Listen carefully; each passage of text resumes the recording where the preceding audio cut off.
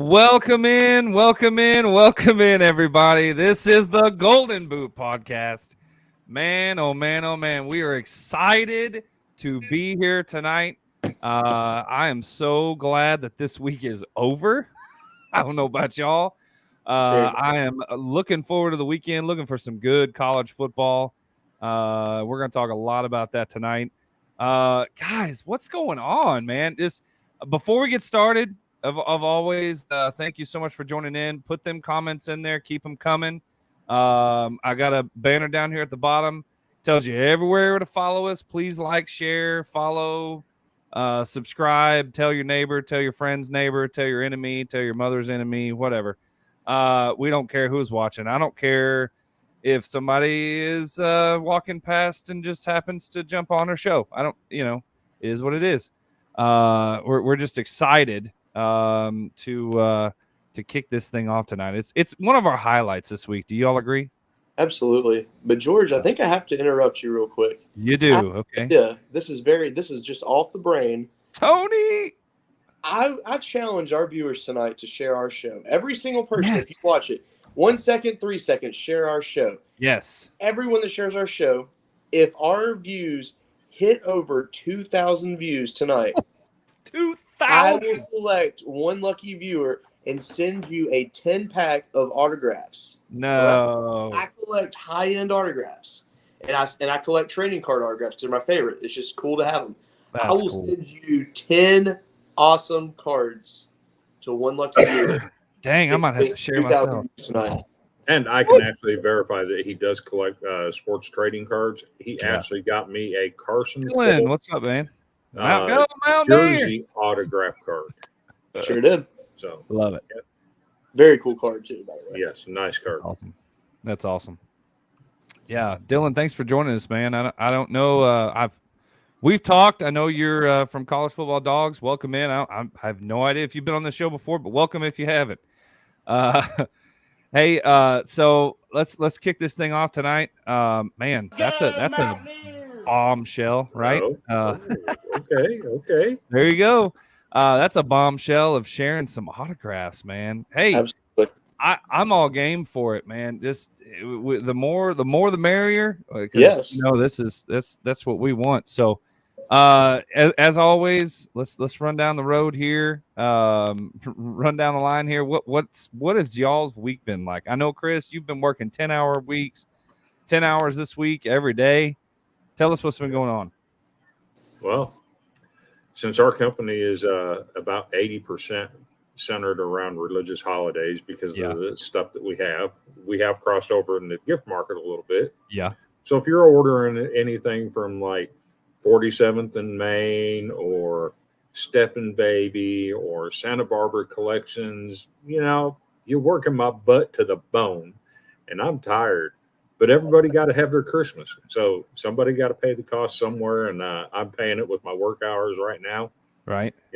But it is what it is. I have a good, steady job and a definite time of uncertainty in America. I have a good, steady job. Been there for 8 years, and, I can't complain, really. I like it. Cody, how's your week been? Explosive. Yeah, let's explosive. That can go so many different today. directions. Let's tell us more about that. What happened? All right, so this whole week's just been a wild week for me. Kids have been sick. I felt better finally after being sick a couple weeks ago. Then yesterday, my sinuses shoot back in, and I'm like, "What is going on here?" But I feel fine.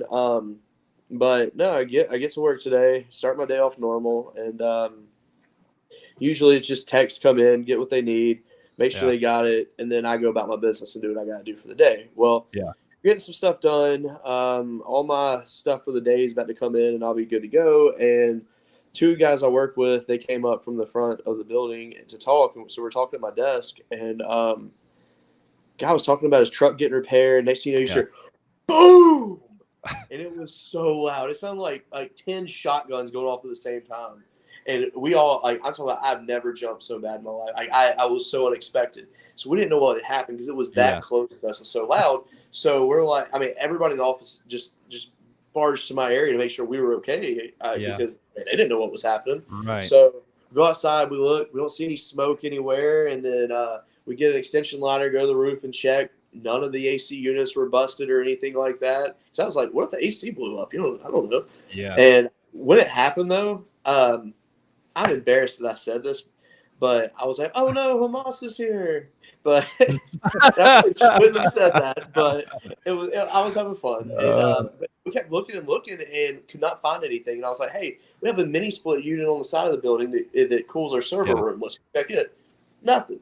Right. So we're looking around. We see there's transformer about 50 yards down from us. Then right behind us, we have a wood line. And then on the other side of that, there's a power pole with 3 transformers on it. We go and look. And we're like, well, nothing looks off here. Then when you see the base of it, and you see this burnt spot on the base, and you can see where the fuse had exploded. Yeah. And the funnier part about it is that pole is actually located within like 15 feet of the door to this oncology office. Holy so the cow. nurses came out while we were out there because I guess they thought we worked for the power company or something. They didn't look good, but they were like, "Hey, I think that thing exploded right there. I can't really hear what you're gonna say back to me." It got pretty loud in here. But the crazier part is only one of the 3 exploded. So part of the building's power was out, the other half was on. Man, wow, that's weird. Then the power company comes out to work on it. They turn all the power off in the building, so I just sit back at my desk and I snooze for a second because I mean, you can't see it's pitch black in there, and nobody's gonna come to my area. So I was relaxing, and so I swear to you, Kenny, I thought about that today. I was like, tinkering, man. Like, he knows where I live or I work. Oh my goodness! But so actually, I did want to tell Dominic. Actually, I'm not in the house tonight. I'm actually in my outhouse. In the outhouse, huh? I've just got the greatest man cave ever in my outhouse. I like it. It's funny. It's weird because Tim Bailey sometimes is in that same house. There must be a conspiracy theory going on here. It's weird. Tony, I honestly, I'm gonna put that back up there. Tony, I really honestly think that that Kenny was involved. I hope he joins tonight because I know he said he's getting me back for the things that I said on villains. So be it. Come on, bro. I'm sorry. Auburn's not winning the national championship next year. I know that piano, Chris. You got to play us a tune, man. That so good. Oh my goodness. Play some Elton John for me. I'll get my youngest son to come play it. Yeah. Well, it's been interesting. Because it might. It just might. Oh man. Well, we got a great deal. My week has been semi-uneventful. I say, except for my job, which is literally, and I'm not even kidding. Literally, it's Karens and Kens that scream at me nonstop for everything. Oh, Tim Bailey, there he is. Hey, we'll talk about Michigan. We'll talk about Michigan. We are 100%. We are 100%. We're 100% going to talk about it. Don't you worry. I'm not even running the comments tonight. You're calling the wrong person a coward.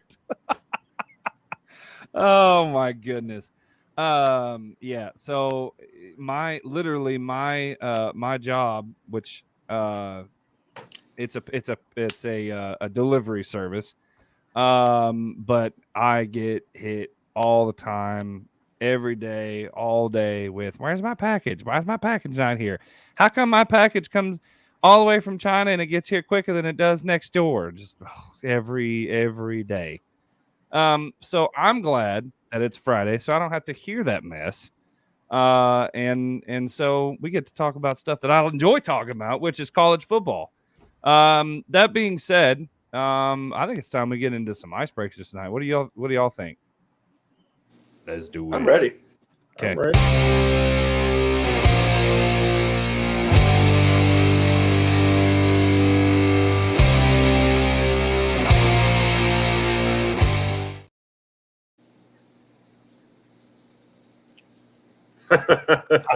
Oh man. That'll make an appearance to talk about it. Yeah. Eventful day, yes. Yeah. Eventful Mhm. day, Hunter. Yeah. So what? I know that y'all have some icebreakers. I've got several things brewing up here, but y'all go first. Yeah, I got one for you. I've been thinking a lot about this whole James Madison situation. Yeah. They win again last night. They stay undefeated. They have Georgia State left on their schedule, who has Yeah. a very high powered offense, so that could be a Yeah. challenge for them. But outside of that, realistically, they have a very good chance to go in 12-0. It's their second season in FBS football. The rules say you have to, you can't go. You're not bowl eligible yet. So Yeah. preseason, they petitioned with the NCAA. NCAA denies their attempt. Well, a man wrote a letter to him. I think he's like an alumni or somehow affiliated. I really cannot remember off the top of my head, but So yours, Larry. but he writes a letter, and on Wednesday they rejected him. So yeah, it's kind of frustrating for a team like that, considering they have beaten Virginia this year, which is an established FBS team. I mean, they're not a good team, but I mean it's still an FBS team. And they're winning a lot of games, and they're winning them impressively. And it's a shame that there's going to be a star next to their season this year, because they're going to be that team that's going to be like, what if? Yeah. Now, obviously, I'm not saying that James Madison needs to be in the playoff and win a national championship or anything like crazy, but it's one of those things where, hey, what if they got put in a New Year's Six game? What if they won that game? That would put their program even further on the map. Obviously, they have a very good historic program going. Yeah. I want to see them get their chance, and I really think that Mr. Baker there at the NCAA should reconsider and give them a shot. I know you talked about earlier today where this was kind of a discussion thing, and I love that, because I mean the NCAA has changed their mind on who knows how much crap, right? I mean, they can literally go, oh well, we're giving them the harshest punishment this year, and then next year they're on the field, or next game they're on the field. Like, it doesn't make any sense. JMU is putting in the work. They're doing what they're supposed to. They're keeping their nose clean. And if they go undefeated and don't at least get a chance, because of, I mean, lack of a better word, a technicality. Yes. It's not really a huge over-the-top violation, because we haven't even got into Michigan yet. That is a huge over-the-top violation. It's in the rule book. It states that it's not supposed to happen. But that's not what we're talking about. JMU. JMU didn't do that. Isn't being accused of doing that. And yet here they are, where they may very well go undefeated and not have a chance to, run the table with some of the bigger guys. Yeah. And now that we have the NIL situation in play, I think that should be reconsidered, because look at a team like Jacksonville State, who's new to the FBS. Their starting center, Clay Webb, was one of the best rated offensive linemen in his class coming out of high school. Goes to Georgia, transfers to Jacksonville State. He made preseason, or he made midseason All-American for many publications because of his play. Yep.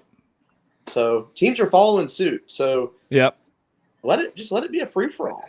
See, and I love that we're talking about this, because I don't know if Tim touched it. I was too busy to watch Tim's show. I love Tim's show. I like tuning in, messing with him, and seeing all the comments that come in. But this is why I like how we come together, because you guys pay attention to stuff that maybe I miss. I pay attention to stuff maybe you miss, and then we come together and we kind of do it. I wasn't really following the whole JMU thing, but I had a few minutes to catch up on it, and I'm going to tell you, it's like Tim said, it's 2023. The rule is an old rule. Be done with it. Chris, you were going to say something. Go ahead. So why should JMU be the first? Yeah. I mean, I know you always come in as devil's advocate. You're right. I mean, you never changed it before. Why change it now? Yeah. Well, you were okay with Boise State being held out for 2 years. Why can't JMU be held out for 2 years? Well, talent levels changed. You got to think about it. They're not. Boise State went undefeated twice. I agree. They do. And I don't think it should have ever been a rule. I really don't. I think that, I mean, I feel like once you're in the FBS, you should be eligible. But you have to understand the rule. Too many teams are trying to move up to FBS that have no place in FBS to begin with. Sure. And it's done to prevent that from happening. Yeah. So I get why the rule is there. And I think it needs to stay there because Kennesaw State's another one. You know, they're moving up. Why would you want that team eligible for a bowl when they're not even going to compete with a Power 5 school? Yeah. Well, but JMU has competed with a Power 5 school and won. A few times. Okay. You still have to toe the line somewhere. Somewhere there has to be a cutoff. Well, okay, so how about this? What if they reform the rule and modify it to where if you win X amount of games, you're bowl eligible? So 6 games is your line right now for bowl eligibility. If you're in that probationary period, why not 9 wins? Then I like that. I like that. So, and that's the thing. Somebody's got to be the first. Because, Tim says, the reason is because back in the day, there was a massive gap between strength programs. There's still a massive talent gap. Talent gap, yes. But he's saying it's closed enough that the conversation at least needs to be had. And I agree. It's closed enough to where, oh my goodness. They're talking you don't have your hat tonight. Everybody's on your bald head. Cue the, I mean, that's it just, man. I'm leaving it off too. I love my haircut. So the gap is closed enough to where you can at least have a conversation, right? So here's my take on the comment that's fixing to be shown. Yeah. There is a strength and nutrition gap. Yeah. You might not want to see it, but there is. Yeah. There ain't 10 players on the Jackson State football team that would come into the SEC and play for anybody. Well, I mean, 10 players. 10 players on a team doesn't make you competitive. I see what you're saying. That's why we love this show, because we all have different takes. That's how it is. Rogel. Army beats the corn dog. No. Know your role. Shut your mouth. Sit back, get some popcorn, and enjoy the show. I work with him, so he's safe. Dominic has a good point too. Now with transfer portal NIL, leave playing field from that aspect, and give it. All we're saying is give him a chance. So let me go. Let me take it this right. He's saying NIL's level on the playing field. Yeah. Show me a guy at Kennesaw State that's getting an NIL deal to pull them away from Alabama. I mean, one player at Kennesaw State getting an NIL deal, pulling them away from an Alabama or Vandy. Yeah. It's not happening. You can cry NIL all you want to. It's just not true. It's the NIL is the rich get richer. Well, but the problem where I have, and this is what you said about, how you vote in your polls, is I have a problem with saying, well, because there's a 1-loss FBS team going in and they're in the tournament, but yet the JMU is undefeated, so we're not going to give them a shot because they're such and such. That's kind of where I have an issue. But it is. It's a roundtable discussion. You know what's funny about that? SMU probably would beat Vanderbilt. Yeah. Because Vanderbilt turns the ball over like it's a freaking piece of Swiss cheese or something. Swiss cheese. Let me get my shot. Oh yeah, no. Here we go, Vanderbilt. See, there's a rolling joke on this show where it doesn't matter what team we're talking about. I didn't bring them up. It was brought up in the chat. Well, okay, that's true, but you didn't have to acknowledge it either. I mean, but anyway, it's just anytime that I like this discussion we're having. I do too. Yeah, it's a good discussion. Yeah. It's a good, friendly discussion. Nobody's going to cut their throat out. Nobody's going to throw the towel in. It's just a good discussion. Since we're having a discussion, right? This is an icebreaker. We might as well bring this out. Usually I bring out some memes, some funny stuff. We'll get to that. But I honestly think this is the hot topic of the day. It's been brought up in the chat twice. Chat a few times. So here's I'm going to start here. Okay. This is my icebreaker. Here's I don't care really about steal this sign. Yeah, exactly. Oh man, this kind of crap. I know that it used to be something that happened where people would go and visit other teams or whatever, but literally it's in the rule book. There's several different instances where I've seen it in the rule book. The fact that Harbaugh thinks, well, it's not a big deal. It's okay. We'll just, do whatever. And then just adamantly denies it.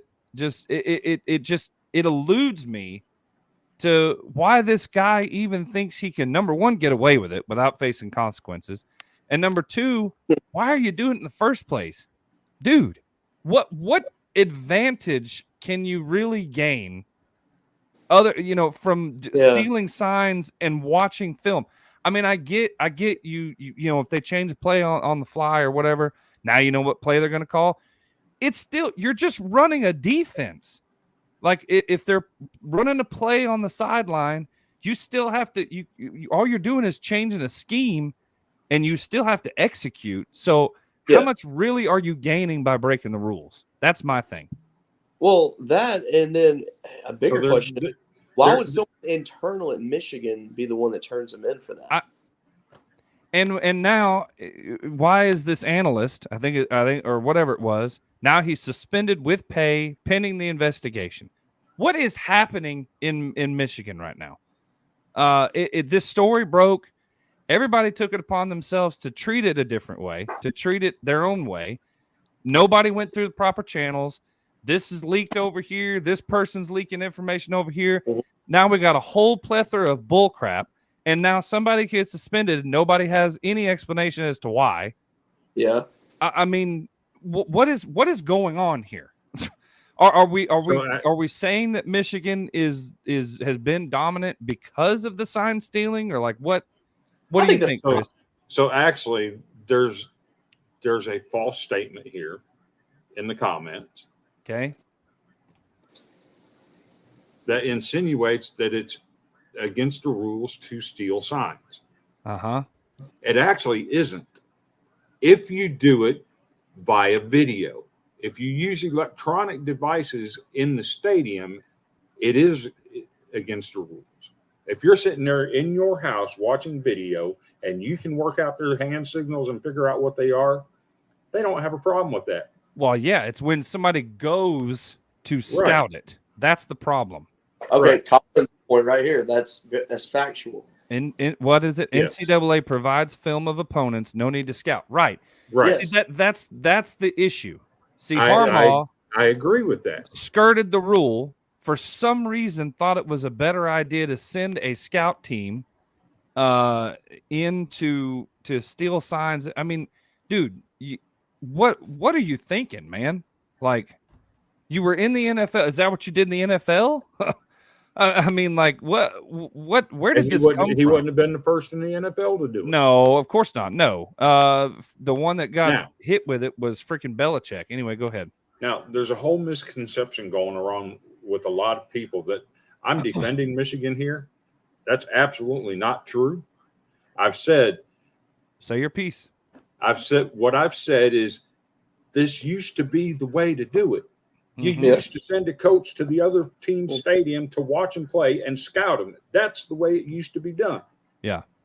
I think it was dumb to put the rule in to begin with, but that's not a defense of Michigan. If you cheat, you deserve to be punished. Yeah. And if it's proven that they did this and this former Marine has done what they've accused him of doing, by all means, throw the book at him. Yeah. But what I'll also say is, for the ones that are sitting over here saying, oh, USC didn't cheat when they bought their players, but Michigan needs to be burnt here. Yeah. That's a double standard. I have no place for that. It gets rough when you start talking double standard. I agree. And two rights don't make a wrong. Don't get me wrong. And I'm glad that you came out and you said that you're not, for Michigan or whatever, because you've always been, and you can say this you want, whatever. you've always been an advocate. If the NCAA says this, the NCAA is standard. That is one thing I will say that it was. That's why this morning was a little bit of shock because everybody took it as you were defending Michigan and not holding NCAA. But I'm actually one of the people that's commenting in here. Yeah. Is the one that stands on the biggest soapbox saying USC did nothing wrong and they should get their titles and Heisman trophies back, but is ready to crucify Jim Harbaugh for having somebody to go scout for him. Well, that's a double standard. Yeah. If you cheat, you cheat. Period. The end. If you cheat, you cheat. Period. I agree with that. Yeah. Where it kind of gets muddled is again, Hunter. I'm telling you, Hunter, that's not what I'm saying. And if you can't understand plain English to say Michigan should be punished if it's proven that that's what they've done, yeah, you might need to read a dictionary once.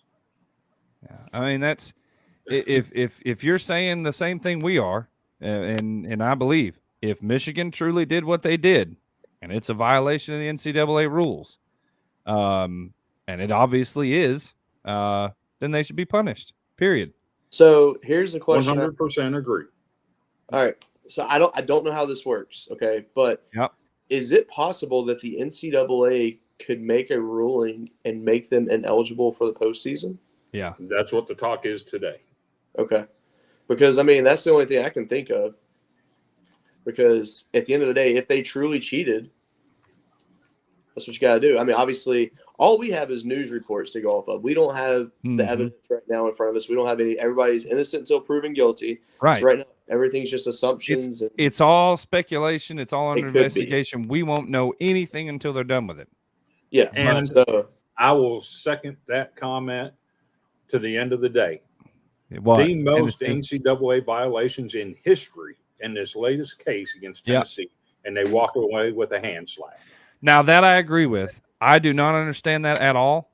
How they got away with giving players cash in McDonald's bags or Chick-fil-A bags, whatever it is. I don't care. Burger King bags, liquor store bags, whatever you want to call it. Doesn't matter. Money was exchanged, and that's a huge violation. Now, NIL kind of changes that, but you don't see somebody get an NIL contract where you walk up to somebody on the street and hand it to them in cash.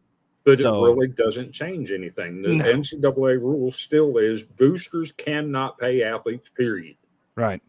They can't. And I mean, I don't have proof of this, but I have told this story before where, and Alabama fans, you can correct me if I'm wrong, but I've talked to a guy, says he watched it happen with his own two eyes, where back in it was before Tua, it was Jalen Hurts when it was his freshman year. What I'll say here, cheating is cheating. I don't care the level.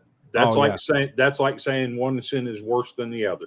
True. According to I'm not trying to be all religious here, but when you read the Bible, no sin is worse than any other sin. It's the same thing as cheating. Cheating is cheating. Period. The end. Well, I mean, cheating is cheating. You got a good point. You can't tell your wife that cheating isn't really cheating. If it's cheating, it's cheating. But what I was going to say is there's a story of basically anyway, what we were talking about before, where a booster walked down the street. This is just from him. I did not see this with my own two eyes, but it would not surprise me if this happened and happened in many other schools. A booster was walking down the particular sidewalk towards a player from that played for Alabama on the field. Ended up bumping into him, dropping an envelope, and going, "Oh, I'm so sorry. You seems like you dropped this. You dropped that? Oh yeah." And the player got down, picked it up, and there was $10,000 in that envelope. Now, I'm not saying that this isn't as big a deal. Okay, and I'm not saying it's worse or what have you. A violation is a violation, right? It's kind of you said it. I didn't say it, Tony. The National Complete A-Hole Association. Oh, man. Now, here's what I will say about Michigan as well. Yeah. If this is shown that this is what they've done, yeah, you have to hit Michigan hard simply because this guy can walk away with no punishment by just by going to the NFL. Right. Well, and Tim, I like that comment. I'll put it up there. $100 handshake happens at every school. That's light cheating, if that. Not excusing it, but I'm glad NIL exists.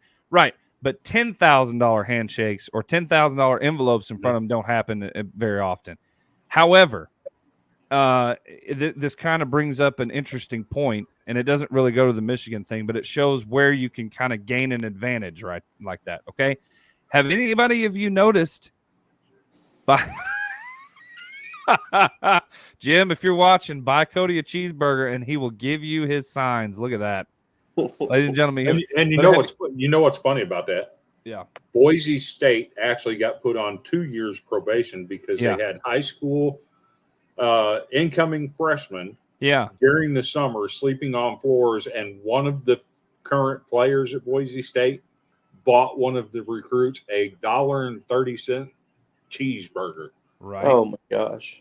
Now, granted, they had rampant stuff going on in other sports, but in football, it amounted to dudes sleeping on the floor and a $1.30 cheeseburger, and they got 2 years of probation for it. Yeah, well, it's funny. There was a story, and I'll never forget it, because they were talking about Coach O when he first got let go at LSU, and he did an interview for something about how he used to recruit kids, and he said, I met this kid at a gas station one time, and oh my God, that sounded just like you. And he wanted a cookie, right? So we took him to the counter, and I put a cookie up there, and he paid for it. You know, I didn't pay for it, but he paid for it. I've been practicing that. Oh my God! Wow. Hey, we need to black your screen out and change your name to Edwards really good. Wow. So yeah, Coach O in the building. But listen, Coach O, you ain't fooling anybody. You put a cookie up on the counter, a 75-cent cookie, and you gonna tell me you didn't pay for it? You just said that so you wouldn't get in trouble 20 years ago. Oh my gosh, agreed. Oh man, cool. Yeah, listen, man, the kids, man, they come in, they just want to come in and do what they need to do. But I got them all cookies, man. You know. I want to hear you sing "What a Wonderful World" in that voice. What a wonderful world. Like it's like right on it. Oh gosh, it's this microphone. Don't fool anything. It's all it is. So what kind I mean, of button you pushing over there, George? No, I'm not. I'm really not. It's I have to use the back of my throat. Is that the voice you used to pick up Sarah? It might. Hey, Sarah, let's go out for dinner. Hey, Coach O, can you imagine Coach O, that picture of him with that one girl? Oh yeah. How did that conversation go? Like, hey, baby. Listen, I'd like to take you to get some fried chicken. Maybe we go get some Cajun food. I can take you to New Orleans. And, man. You get back to the room, you have my booty. Get my booty. Can I have some fun for just a minute? You need to. I know who Kenny is. Huh? I have proof of who Kenny is. Oh, God. Don't stop. I know who he is too. No, be the bigger man. Don't do it. Oh my goodness! And some cookies, Tony said. Hey, yes, I did have a pack. Oh God. Oh my Lord. Okay, that's been this is a family show. What are we doing? Okay. It's been a great icebreaker session. Yeah, I agree. I think it has. Now, I got a couple topics I want to talk about. Okay. Are you ready for the first one? Yeah. So I don't know if you guys heard this or not. I hurt my throat. Apparently, Shane Beamer has a work-related injury. Did he? So if you haven't heard it, let me play the video of him at his press conference earlier this week. He'll tell you exactly what he did, and then we'll discuss it after it's done. Right. Shane, a couple of things. Did I see a limp in here? Do we need an injury update on you? Yeah, I might as well say it now because y'all are going to ask on Saturday after the game. I broke my foot on Saturday, so I'd rather just get it out there and say it and not have y'all speculating. And then after the game on Saturday in Missouri, you ask. I called Coach Tanner, told him, make sure he was okay with it, and he died laughing when I told him. So obviously there's not a lot of empathy from him. It was after the game, and certainly that was a gut-wrenching emotional loss, and I was frustrated and kicked something that I shouldn't have kicked, and thought I was okay, but adrenaline of the game wore off, and before anybody starts the narrative like the head football coach is frustrated and lost his poise and all that, no, I care. And I care about these kids, and I was really upset on Saturday night because I didn't do enough to help them get over the hump and win the football game. So don't think I have to have surgery, but there is a broken bone in my foot. It hurts like you know what, but, I've got to show toughness and fight through it. Been one of those years. Okay, so. In one of those years. I can't even talk smack Lord. on him for that because I broke my foot just under 2 weeks ago. Yeah, that's rough. When you break your foot, it hurts. Yeah, but did you play stupid games and win a stupid prize? Well, yeah, but he did. didn't go in to mention what he kicked. I wonder what he kicked. Maybe a goalpost. That's what I'm thinking. Probably a goalpost or something like that. So when I broke mine, though, I was giving my oldest daughter a piggyback ride to bed, and I had her clean up the bedroom, and she got her toys back out, and I stepped on a Barbie face. And when I stepped on it, it broke my bone in just the base of my big toe. It wasn't a jack? Yeah. Huh? It wasn't a jack? No, that's always been my biggest fear in life is stepping on a jack, actually. Because I used to have those as a kid. The worst. That is awful. That is so fun fact, since we're talking about injuries, my dad, when I was probably 6 or 7, Gatorade cooler. When I was like 6 or 7, my dad absolutely shattered and split his toes right there on a it was a dresser.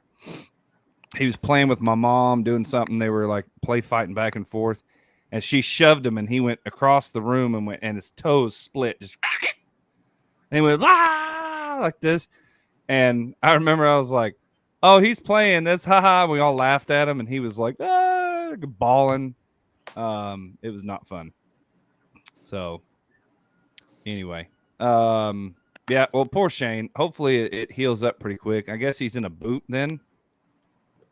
I didn't get a boot. I'm guessing you didn't get a what? Well, mine's a hairline fracture, so it didn't need a boot. But that being said, some of the worst pain ever. Chris, we got an icebreaker right here. Yeah. What do I have to apologize for? I put up with people jerking my chain all day, every day. And at times I get tired of it. I tell people I'm tired of it, and they can continue to jack my chain. What do I have to apologize for? I wasn't the one saying that somebody said something that they didn't say. The one that's trying to pass off a lie is the one that should have to apologize. Vandy Chris, being real. Take this remark. Yeah, well,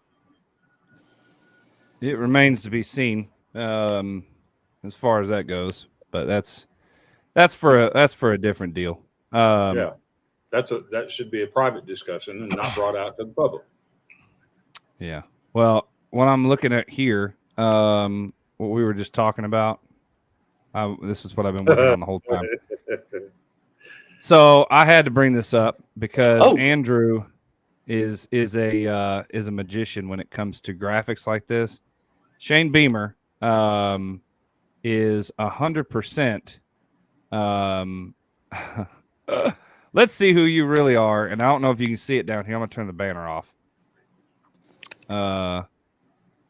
It's apparently in his play is starting to look a lot like Will Muschamp, and I think that's hilarious. So, what do y'all think about that? That is pretty dang funny, actually. Mm. Like, the only difference is I think Muschamp could actually win a couple more games than Beamer at this point. Yeah, I mean it is. Mm-hmm. It is an interesting deal. So, well, there you go, ladies and gentlemen. There's our ice crushers. I can't even talk tonight. Icebreakers. Let's get into bone crushers.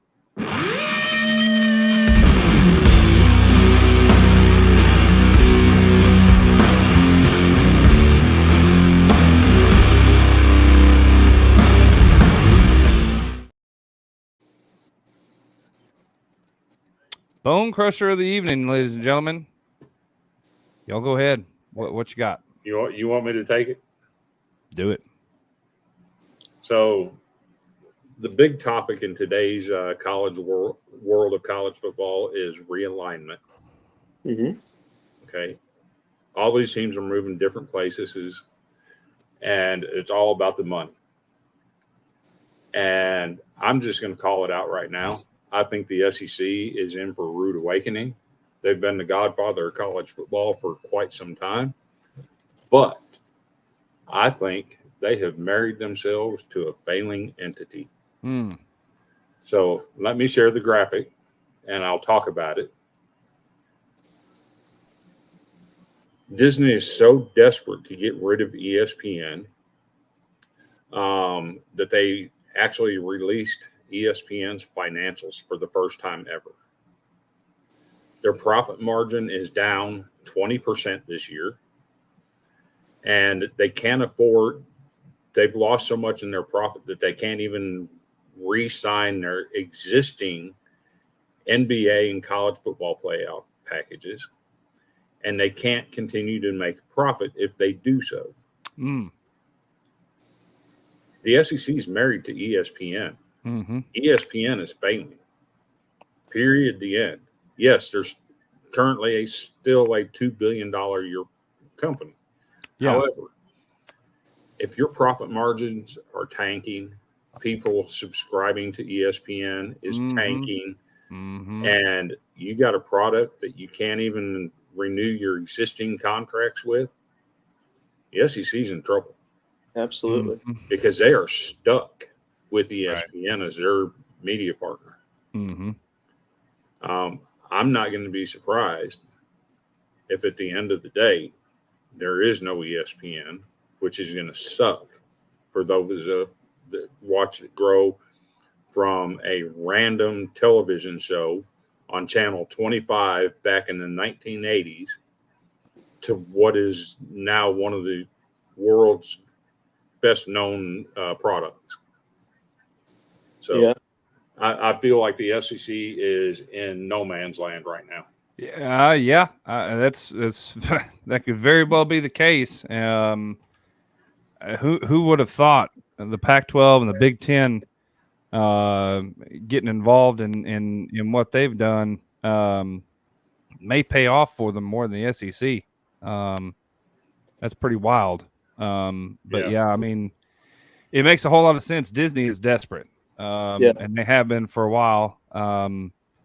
And there's a great comment here. Go woke, go broke.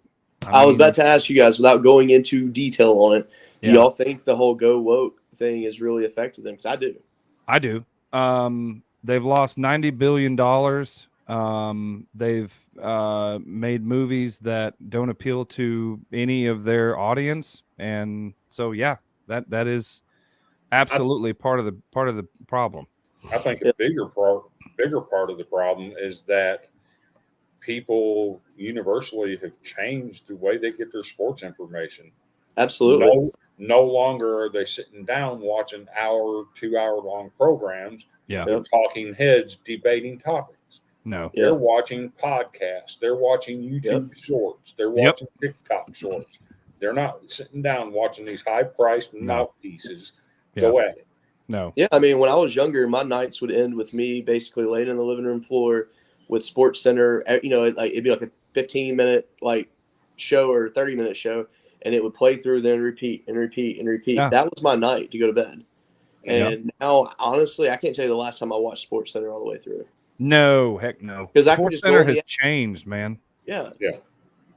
They get their news from CFB Dogs. There you go. So, like, one thing I can say is, the three of us, we've collectively agreed that, we don't talk politics, we don't talk religion, we don't talk anything like that on here.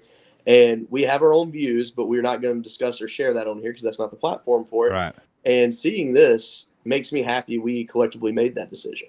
Yes. Because we definitely could have, Yeah. but I'm glad we didn't, because I'm pretty sure people just want to hear about sports and hear us rag on each other and all that. They don't really care about what our opinions are on what's happening in the Middle East or something like that. That's just nothing to do with us. Yeah. Seth Stanley, I will get back to you this weekend. Yep. There you go. Awesome. So, man, Cody, what do you got? I've really been pondering about it this week, and I could talk SEC officiating in the Arkansas-Alabama game that made me annoyed over the weekend. I can talk about the resurgence of Missouri and how I'm very impressed at what I've seen out of them so far this year. Yeah. There's a lot of things to talk about, but what I actually want to really talk about though is the change that I've really noticed in football this year. Yeah. How it's more of a level playing field than I thought it was going to be. It's really not as top heavy as it was.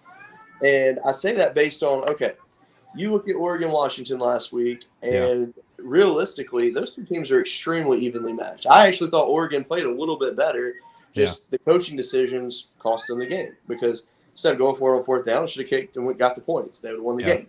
But you see that, then you see USC go to South Bend and have all their turnovers, and that was the difference. It's not that Notre Dame necessarily overall played better football offensively.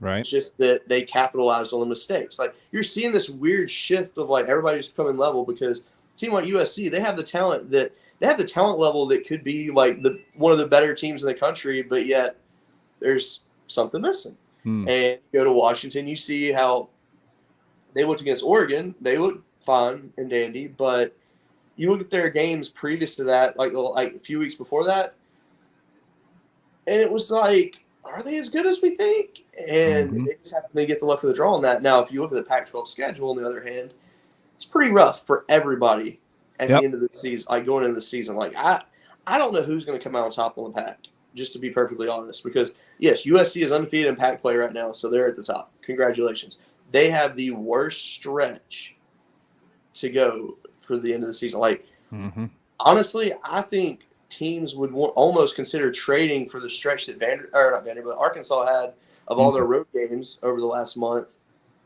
and take that versus the closing gap of the USC schedule. It's just that hard for them. But my real bone crusher though this week is I am not overly impressed with the dominance of defenses this year. I have yet to see a complete performance from a defense. And when I say that, I mean, I'm talking about at all three phases of the defense. I have yet to see one team just put it all together in a big game this year. Now, Duke against Clemson, I was pretty impressed, but it was still a situation where Clemson still got some yards and they just had turnovers that messed them up. But I don't know. I just feel like there's just that lack of dominance this year. And I don't know if it's more of the level playing field, or if the offensive schemes are finally evolving more to the point where defenses are just like a little bit behind. I don't know. It's just dominance is just not there for me this year, I don't think. So I'll give you one team that's dominant defensively. Okay. James Madison. Good point. Very good point. Yes. And last night they were very dominant. They were. But then when you go back though and look like their game with like Virginia this year though, it was a shootout. So I mean it's now, but last night I was extremely impressed with their play. I really liked everything I saw out of them. Have y'all noticed that though in the SEC this year, for example? Usually you have like those teams that come in like Alabama, Georgia, 100%, Arkansas. Yeah. You just can't do anything on them. Auburn, and don't get me wrong, these teams have solid defenses this year. But it's just not what it once was. And I don't know what that missing factor is. And maybe, this time next year or the next two seasons, maybe that it'll pick up again where that physicality comes back. But I don't want to say going soft, but it's weird. So I'll give you an idea of what's happening. I think you're seeing a transition right now. The spread offense became such a thing that defenses went small and fast. So they could keep up with the spread offenses. Right. Well, then we saw Georgia do something different. Okay. They went mammoth on the offensive side of the ball. They did. And more pro style. And everybody had these little small fast guys that were getting beat up physically by Georgia. And now everybody's trying to transition back to play the big boy football like Georgia's been playing the last couple of years. Yeah. And half of the team still got these spread off, and you're stuck in the middle. I mean, I see where you're coming from there. The only thing about it is on my end of things, you know, you had Alabama, LSU, Tennessee was more. I mean, everybody in the SEC. It is a down year for the SEC, and that's the only thing about it. But like I was saying earlier about Alabama, the reason you don't see 4- and 5-star guys sitting 3 years on the bench anymore is the transfer portal. Period. And to bounce off of what Tony just said, they don't develop players. Then those players that don't get developed decide, hey, I'm going to go somewhere else. Yeah. To a lower division. Yep. And they instead bring in guys that were developed by somebody else. Yep. Yeah. You're right. That's exactly what the portal and NIL has done. You're right. It's given these coaches an escape route for being held accountable for not developing their own players. That is 100% true, yes. If you think back to baseball season, our favorite website to go to during that span was Warren Nolan to get the statistical numbers of how you rank the teams. I went on there recently because they do football as well. And conference rankings. The SEC is ranked number 1. Yeah. So, still that to think about. Interesting. Definitely go check out their football stuff. It is very interesting. Yeah. And I love that site. I absolutely do. I remember baseball. We checked it every day. Yep. Warren Nolan is my go-to source for baseball. Sure. And basketball, and now for me, football. So, George, do you have a bone crusher, or do you want to get to an ad? No, let's go to an ad and a break. I need some water. That Coach O throat deal really put a hurting on my vocal cords. Let's get to a couple breaks. We'll be right back.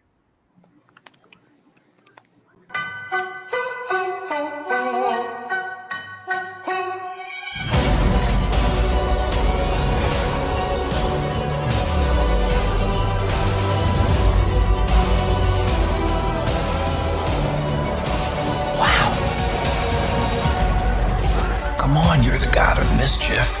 Always have been, always will be. It's really goodbye. I'll always take care of you.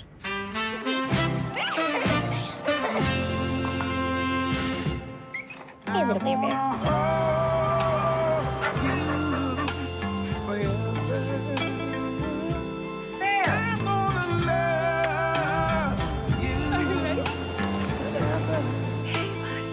You gonna be a good boy? Don't worry, darling, about the rest of our to have and from this day forward. through thick and thin. Come on, bear. I'll be there by your side. I'm gonna love you forever. Hey, bear.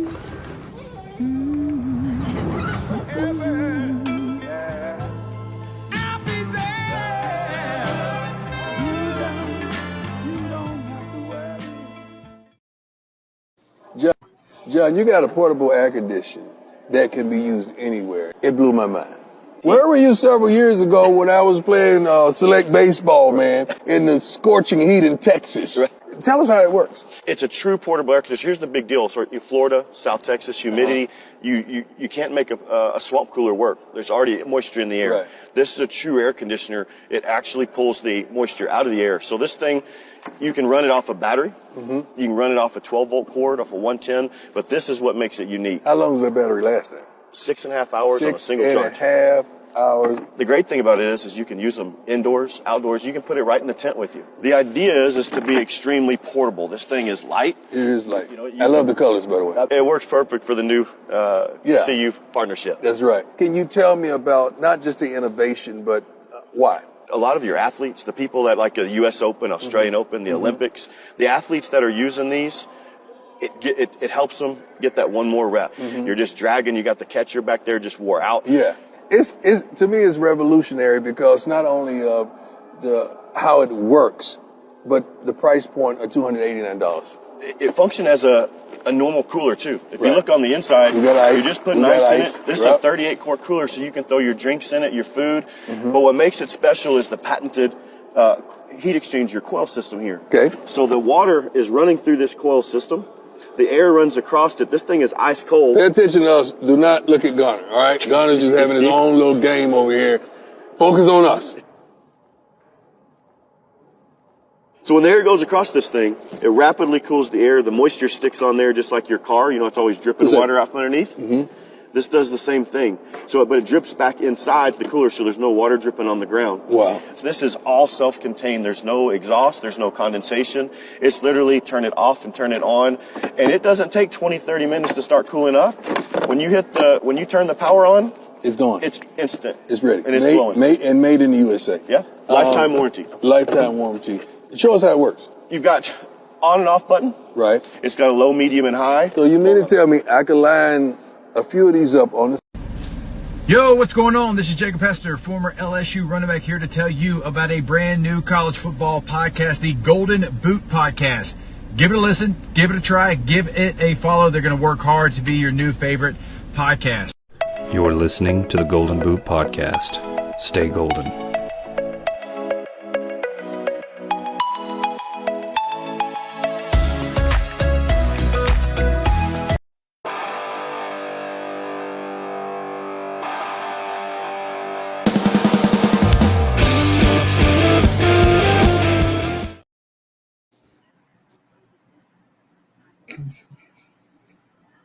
I stopped in time this time. I'm frozen again. Can everybody hear me? Hello. Hear you, bud. Golly. Hey, George, you think you could do me a huge favor? Yep. If I mail you a book, will you read it to me in your voice that you did for that Golden Boot promo at the end right there after the Jacob Hester? And just read the book for me to put me to sleep at night? Because that's so soothing. You talking about like this? Yes. It's like I could picture you as like a late Stop night host. now before the comments go off the rails. Hey, my wife is in the comments. Chill out over there. That's the only one I do that voice for. That's why it's wifey duties. Okay. Welcome back. Let's get into everything's going off the rails. It's time to this week on the Gridiron. Thank you. Somebody say it. My God, got me all blank. Let's talk about some games. Put in the comments your picks, your expectations. Wait. What's this? Oh, are you? Hey. No, listen. No lie. It puts her to sleep, and I mean, like, really? She'd be like, "I'm just really comfy." Okay, like, so my question is, do you play like a special song, or is it just chords? No, just finger picking. Interesting. Puts her right out. Doesn't matter how high strung she is, how much, whatever. It doesn't matter how much energy she's got. So basically, what you're saying, instead of a snake charmer, you're a Sarah charmer. I might be. So, is this a new business avenue right here? George, putting people to sleep with putting people to sleep on. Yeah, that's funny. Can I play for Mizzou Saturday? I might. Yeah, I might. That's good, Andrew. Dueling banjos. That's not my style. I mean, I could fumble around with it, I guess, but let's get into some games. There's some big ones. We're gonna get to the big ones first, and we'll jump into the SEC. So we're 3 SEC homers. There's no we don't have to pretend. But first one, let's talk about USC and Utah. Let's get that out. Yeah. Hey man, what do you think about this? That's exactly. Hey man. That's amazing. Hey Sarah, I'm working on a new song. Babe, listen. Boom. Out. So anyway, let's talk about USC and Utah. What do you guys? I know Cam Rising is out for the season. Make sure you put in the comments what you think about this as well. It seems like he's going to undergo season-ending surgery. They've been doing okay with his backup. But what do you think USC and Utah is going to bring to the table? It's going to be interesting. And so we saw how USC performed against a solid defense last week. Yeah. Utah has a solid defense. Mm-hmm. They really do. That being said, I don't think that no matter what their defense does, I don't think their offense can do enough to push them ahead. Mm-hmm. And I think Caleb Williams is going to – we have not seen Caleb Williams come from a bad week in his career. Right. And that will be interesting to see how that plays out. In his interviews this week, which is weird because I never see his interviews during the week. They've been all over my social media. He's very humble in it, but I really just want to see how he bounces back because obviously last week was not good. And Marshawn Lloyd, only 8 carries in the Notre Dame game. Yeah, he should have ran the ball more. Yeah, and I know that another big issue is the offensive line at USC. You got to be able to give Caleb some protection because if he starts running around like a crazy man, having to run for his life, he's going to run into issues. I mean, those interceptions on him last week, it wasn't necessarily because he was sitting and just threw a bad pass. It's more like he's running for his life and just getting rid of the ball. And I don't know. I feel like you've got to. Honestly, I don't know what the game plan for USC is going to be. It's really got me baffled. Yeah, it's a weird matchup.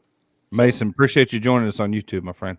So what I hope happens and what I think will happen are 2 different things. Okay. What I hope happens is for Caleb Williams to throw another 3 interceptions and have another game like he had against Notre Dame. And they really stink up the place. That's what I hope happens.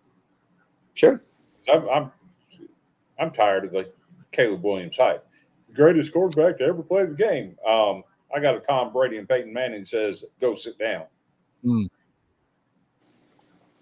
I got a Tim Tebow, the greatest college quarterback of all time, that says, go sit down. Now, what I think happens is here's a bad take on Utah and their defense is that they're absolutely incredible. Yeah. Yes, they're solid, but let's not forget that Florida threw for 236 yards on them. Yeah. They can be got. Yeah. And if Florida had any kind of offense, they probably would win that game. Sure. Yeah, you're not wrong. Florida's defense was better than Utah's defense in that game. And this is also Utah's second road test of the year. Their first road test was at Oregon State, and they lost 21-7. So, I mean, the Coliseum's not an easy place to play in. So, what I think happens is USC just goes in there and puts a 50 burger on them. I wouldn't be surprised. It wouldn't surprise me at all. I think, and this is something, is Utah in the upper elevation? Yes. Okay. I'm wondering, we haven't touched about that, but I thought about that the other day. Florida looked out of sorts, and I'm wondering if they didn't take that into consideration because Utah this whole year has played much better at home than they have on the road. Sure. Even in their wins on the road has been suspect. And so it would not surprise me. And I expect Caleb to go, well, last week is last week. I mean, it wouldn't. I mean, he could have 5 total touchdowns, 4 in the air, one in the ground. He could just go off. Yeah, and it would not surprise me at all if that happens. So we'll see. I say prediction wise, I say USC wins this game handily by 3 scores. I don't know if that's 2 touchdowns and a field goal. I don't know if it's 3 touchdowns, but it's going to be a pretty wide margin. So, anyway, that's what I say. I don't know what y'all say. That's what I say. Prediction earlier today, 33-17 is kind of how I see it. That's pretty middle of the road. Yeah. What do you think, Chris? Prediction wise, I think USC just goes in there and drops a 50 burger on them. I just have that feeling. Okay. Yeah. Put and jump in the comments in here. Those of you who, some people have already put in their predictions, but put in your predictions for that game. All right, babe. Let me answer that. Do you think there's a disadvantage for different types of ground when teams go on the road? So a team used to grass. Oh, absolutely. Yes. 100%. Same in the NFL. Let me ask you guys. So, what's y'all's take? Do you think that turf should be removed and go to regular grass like all these athletes are asking for? I do. I do. I prefer grass. I have never liked turf. And it has gotten, as players have gotten faster, it's gotten more dangerous. Yes. I say tear it out. To quote C.J. Taylor, the Vanderbilt linebacker that got hurt Saturday. Oh, take a shot. Because his foot got stuck in the turf. He came out Monday with a tweet that said, when is the NCAA going to mandate grass fields just like the professional players have been asking for years? Yep. And I think that's very, very fair. It's a valid point.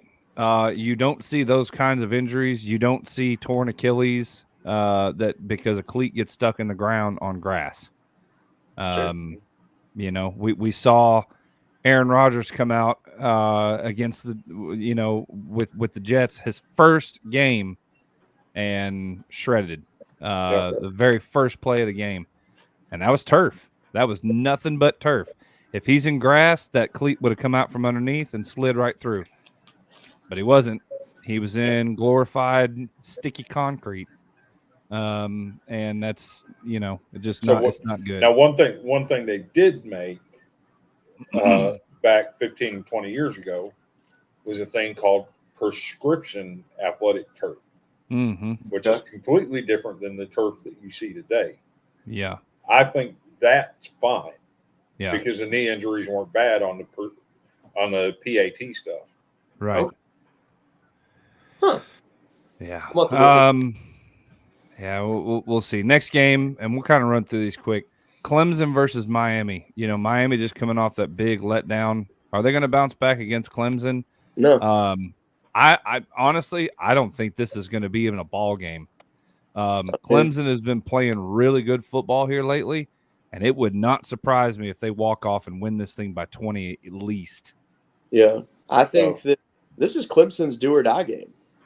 Realistically, if you look at the ACC standings, they're middle of the pack at 2-2 in the conference. They lose this, they're done, 100% done. Now, do I think they're making the championship game? No, but no. I think the top 2 make the championship game currently. Chris, what do you think? So, I was thinking Clemson. Yeah. But I heard some interesting numbers on the way home tonight. Okay. Miami has never been 0-3 in the ACC. Huh. Interesting. That's interesting. And Clemson has 5 straight wins against Miami. Mm-hmm. They have never beaten them 6 straight times. Really? That's interesting. So one of them things is going to go away this weekend. Yeah. That's good. That's I like those obscure numbers. Okay. All right, next one. I'm taking Miami. Oh, you're taking Miami. Okay. Next one, Duke FSU, Florida State. I know that I can't think of his name. But what's Duke's quarterback's name? Riley Leonard. Riley Leonard is not playing. They haven't said that yet. Oh yeah, well that's true. They have not said it yet. It is a game time decision. You're right. It's a game time decision. You're right. Now, don't let me fool anybody knowing I know any more than they do, because I don't. But I think this is going to be a ball game. But honestly, it feels like the type of game where they'll hang around. It'll be a 3-quarter ball game, and then fourth quarter, Florida State runs away with it. Yeah. That's what I feel. But man, Sarah is a huge Duke hater because she's from North Carolina. She's an NC State fan. Can't stand Duke. I got to give credit where credit's due. Duke has played very good football. But what? Man, you just ruined. Why?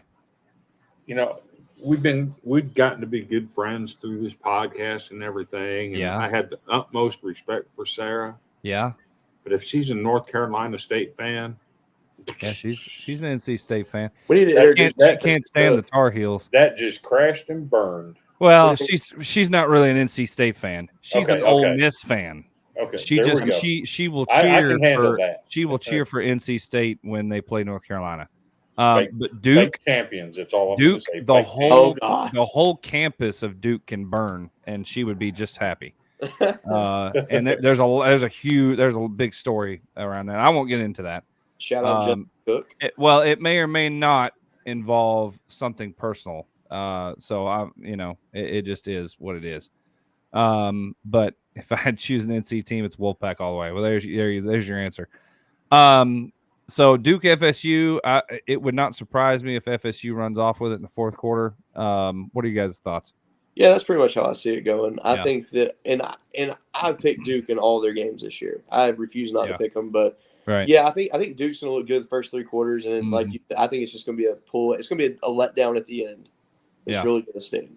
Yeah. I envision Florida State playing the same way they played against. I'm not, babe. I got your back. Don't worry about it. And I think this is a blowout. Yeah. Well, Jordan Travis is too much for Duke's defense. Yeah. If Leonard's out there, really, it's going to be really bad. Yeah. The next one, Minnesota and Iowa. All right. So the point line on this, on their own purpose. The point line on this is absolutely the lowest in college football history. 30.5 is the over/under in this game, and it may even drop below that before they get to tomorrow. That's unheard of. First of all, a 30.5 over/under is just insane to me. And I believe we have a message from Mr. Brian Ferentz himself on the whole points. We do. The whole points situation with his contract. Let's hear from Brian Ferentz on this. I just wanted to acknowledge how special the crossover at Kinnick was, and Caitlin Clark with the first triple-double in Kinnick, just fantastic. However, I would like to point out that in our last 2 games combined, we did, in fact, outscore her.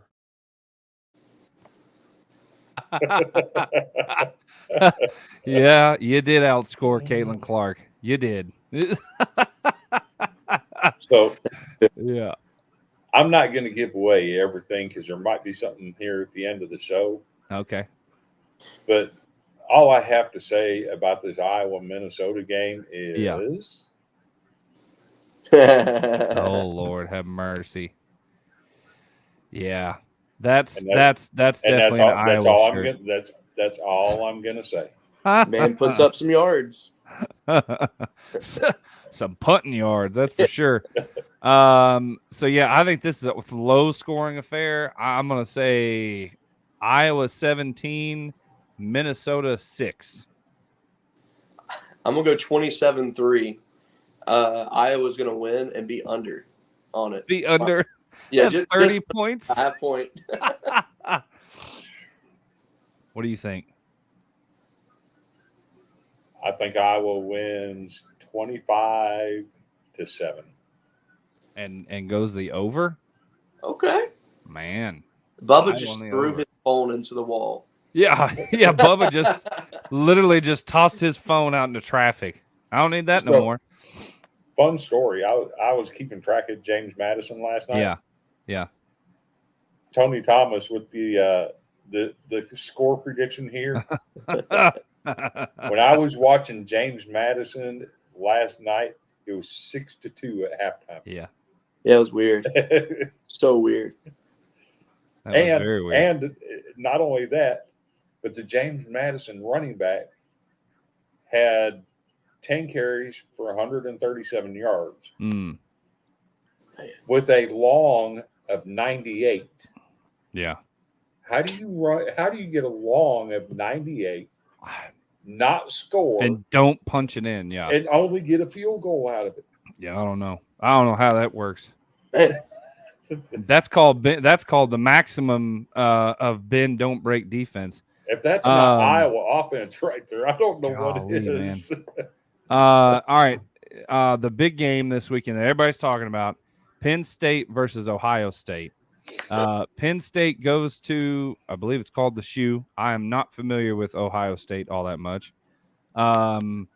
As far as like their stadium name and all that stuff, I should have brought in Big Ten backers Buckeye Steve in here to explain his side of things.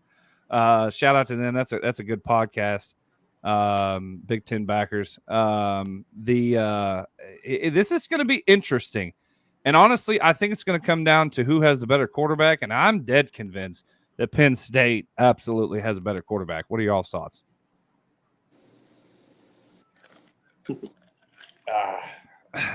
Yes, they do. And I don't think this game is close. Really? You think they're going to blow out Ohio State at home?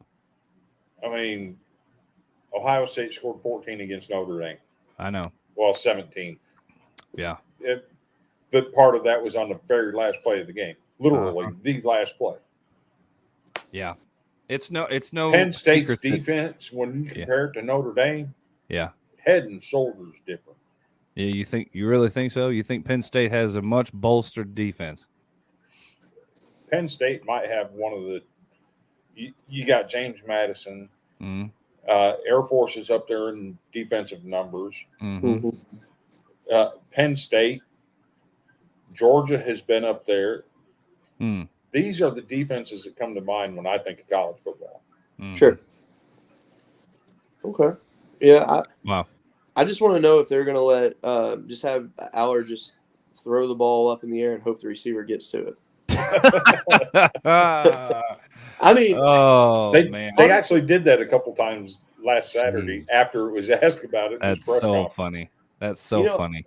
I think, Kyle McCord is a talented quarterback, but he's stuck where I feel like he hadn't gained the trust of the coaching staff fully. Yeah. So he's more a system guy, kind of like A.J. McCarron was when he was at Alabama, even though A.J. was awesome. But, it's pretty sad that Ohio State has the running back they have and the receivers they have, and their offense is as poor as it is. But yet with Penn State, they're a team that starts slow as well. They generally start, and you're like, what are they doing? And then you blink, and then the next time the bar comes up on TV, it's like they're up by like 3 scores. So, yeah, I actually do not have a prediction for this game because I've gone back and forth in my head, and I cannot settle on one team in this. See, I watched Penn State Northwestern. Yeah, that ball game was 10-10 at halftime. Yeah. Yes. And I quit watching it, and the next time I looked at the score, it was the end of the third quarter. It was like 41-10. Yeah. Okay, what happened here? Oh, they flipped the switch. Yeah. That's probably your safest pick right there is Penn State. Penn State. That's what I was honestly going to say. So I didn't tell my wife that, but that's where I think it's going to be. Penn State turns Kyle McCord into a lawn dart. Very well could. Very well could. I have not been sold all year in Kyle McCord. I think Ohio State settled with a quarterback. I don't think that they actually went out and got themselves like their big 5-star bolstered typical quarterback that you've seen out of Ohio State. So McCord's a good kid. I think he's going to do well, but he's got some growing pains, and I think they show up in this game. yes, Drew Alar is much better than Kyle Record. Yeah, and what you said about shot plays, no, that's what Jalen Milroe does, which is true. And I don't have the video, but I'll touch base on that here in a minute. Jalen Milroe throwing up 70-yard bombs with a prayer, hoping somebody's going to catch it, is about all that Alabama has in their offense. Absolutely. So anyway, I think we're good on that as far as that game goes. All right, let's get into some SEC. First one, let's talk about Army and LSU. Army comes into LSU. LSU has changed their field. It's beautiful. It looks great. This is going to be a good tribute to the military. But let's not even sugarcoat this. We're only talking about this because Army gets some recognition. But LSU is about to destroy Army at home. And I would not be surprised if they don't win by 30 in this ball game, if not more. Yeah, it has. I mean, that's kind of where I'm at too. All respect to the Army, but I just because you respect them doesn't mean you're going to let them walk over you. No, right. Mm-hmm. Chris, you say the same thing? LSU wins big. Yeah, right. Do we have a picture of that LSU stadium? It's floating around here somewhere. I'm sure Cody can find it. Yeah, give me 2 seconds. I'll bring it up. While he's doing that, let's touch on this: Ole Miss versus Auburn. And Auburn can't score. I'm telling you that they there's a few people floating around that think Auburn has a chance. I honestly think that Auburn cannot score the ball. Peyton Thorne is probably the worst quarterback in the SEC. And really their backup who started, was it Robbie? What's his name? Robbie Ashford. Thank you, Ashford. I want to say Anderson for some reason. I have no idea. Robbie Ashford. Falcons. Right, exactly. That's why. Yes, my brain got all confuzzled. Robbie Ashford. He can't really do much, so I don't see how Auburn's going to even come close to winning this ball game. They have a little bit better of a defense, but I think Jackson Dart and Ole Miss run away with this one. Even though they're playing, I guess they're playing in Auburn, but yeah. Anyway, go ahead. Yeah, I think that I think Auburn's. They'll be able to say, "Hey, you tried" at the end of the game, and that's really about it. I want to believe in them. I feel like they have the tools that they could put it together where they could do something, but it's just not. Yeah. They're not there yet. That being said, would you like to see the image of the LSU stadium? Yeah, let's see it. Okay, here it is. So there you go. I love this aerial view. That is so cool to me. But this zone is camouflage. LSU is written in black. That's very cool. Then you have the numbers at the 25-yard line. That's for Greg Brooks. Then you have the SEC logos, obviously. But that camouflage to me is just it's just different. I can't recall LSU doing anything like that. So I really like it, and I'm excited about it. What I think sets it off is the mix of the red, white, and blue LED lights. Oh yeah. Yes. And the way it makes it look purple from a distance. Yep. Yes. But up close, it's actually red, white, and blue. Yeah. Oh, it really is. Oh. Yeah. Yeah, it is. That is cool. That is neat. That is very, very neat. The only thing they need to go with it now is go ahead and do away with the green and bring in what was considered a joke at the time and do the prototype field. I know. And make it purple and gold. Yeah. Army ain't pulling it out, babe. Sorry. Ole Miss could win by 55, to be honest. They could. Yeah. They very could. I would laugh hysterically if Ole Miss won by 55. I know one person that probably thinks Jaden Daniels is the worst QB. Hey, Jaden Bailey. Hey, and while I'm thinking about everybody, I said earlier in the show, share our show, like our page, subscribe. Because if you do, we hit 2,000 views tonight. I am going to give away 10 autographed cards to one of our viewers that shares. So please like, share, follow, share with everybody. Do it. Comment, blitz, whatever y'all want to do. Let's get these views up. Let's do it. That's right. Continue. Yeah. So you got to share it. You got to comment. You got to like, because he's got a prize package. Moving on. So we talked about that one. Let's do South Carolina and Mizzou. That's going to be an interesting ball game. South Carolina has 0 offensive line. Yeah. Missouri, I cannot believe I'm saying this. Is Missouri the team to beat in the SEC? They easily are. Golly, So that is just mind blowing to me. Georgia is number 1 in the SEC, clear as day. But at the end of the day, Missouri has played some very legit football this year. And, okay, yes, LSU beat them, but let's be real. Missouri was game the entire time. They showed they're on another level, and I'm very proud of that program, and I love seeing it. Man, this game's going to be ugly. Ugly. Yeah, I mean, it really is. What is that guy's Cody? What's his last name? Schrader. The running back Schrader. Man, I'm gonna tell you, Cody Schrader. It would not surprise me if he's up for an award at the end of the year, because that dude is a monster of a running back. Absolutely.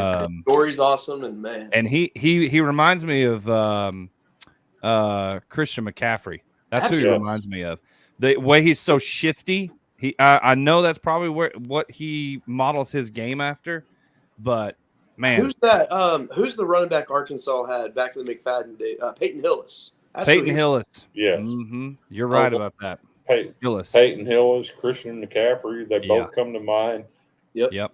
Cody Schrader, and his story is, his story is great. It's an amazing story. Absolutely. His story is fantastic. To be a walk-on at a JUCO. Oh, I know it. And then come out and for the first 5 weeks lead the SEC in rushing. Yeah. And people don't realize, but we could be walk-ons at a JUCO. Yeah. So I mean, he went in there as an average Joe and did all this. I mean, I love seeing hard work and determination pay off for someone. And this is amazing to see. Oh yeah. And football is his game. I mean, if somebody was born to play football, Cody Schrader was born to play football. Absolutely. Period. And you asked the question, is Missouri the team to beat in the SEC? Right now, I think they're the only team that has the ability to beat Georgia. Sure. I would agree with that. And the reason I say that is because they're not one-dimensional offensively. No, they're not. Facts. Georgia just can't line up and say, okay, we're going to put 5 DBs back here and we're going to stop you from throwing it to Burden and Weiss. Yep. Because then Cody Schrader's going to get you. Yep. And if you load the box in that matchup, because if you bring them safeties up to load the box, guess what? Burden and Weiss on the outside taking you away. Yeah, and what's awesome is I've been seeing some old school football plays come out of Missouri. Yeah. And it's like, they're like, look, it still works, guys. Try this, Yep. Which is nice to see. I see a lot of I formation. Boy, I haven't said that in years because you don't see it anymore. You don't. I did see Georgia pull off a play that hasn't been done in 50 years. Yeah, what? Really? They pulled a fumble Ruski against Vanderbilt last week. Fumble Ruski. Wow. Nice. The center snapped it. The quarterback never touched it. The ball ends up on the ground. Center picks it up and rumbles for 6 yards. Man, I'm about to find that. I want to see that. Yeah, I need to see that myself.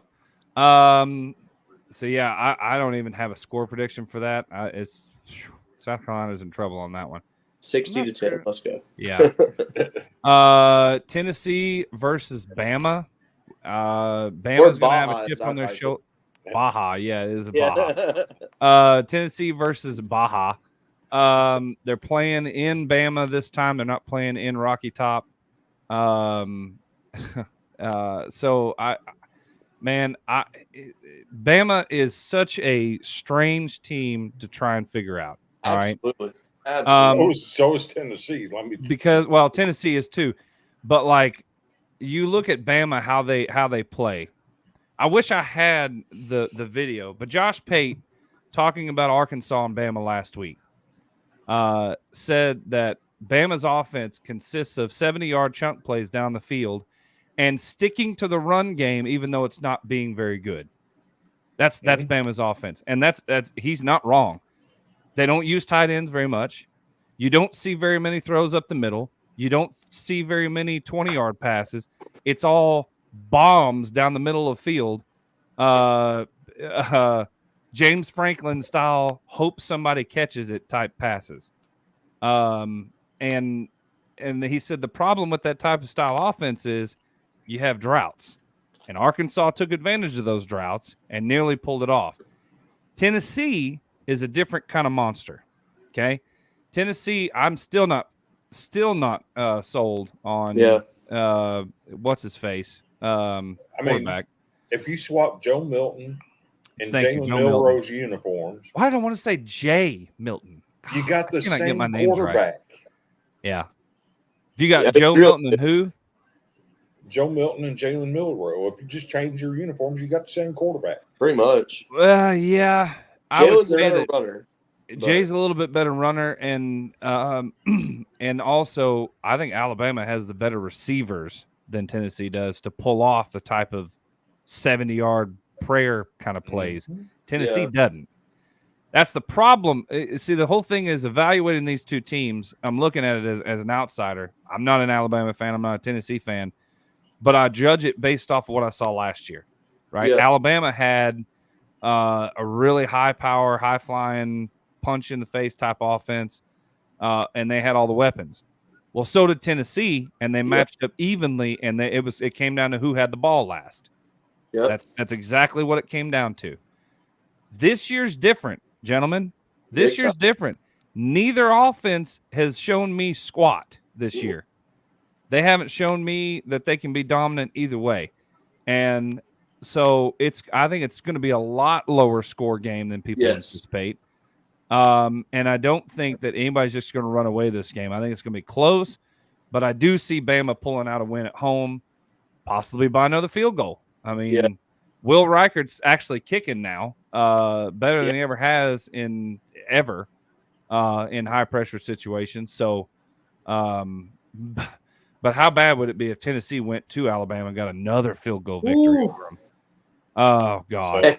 We would. I think they would play Rocky Top until they got home and until the cows came home. Santa Claus would be left out because Christmas be canceled because Rocky Top takes center stage. Go ahead, Chris.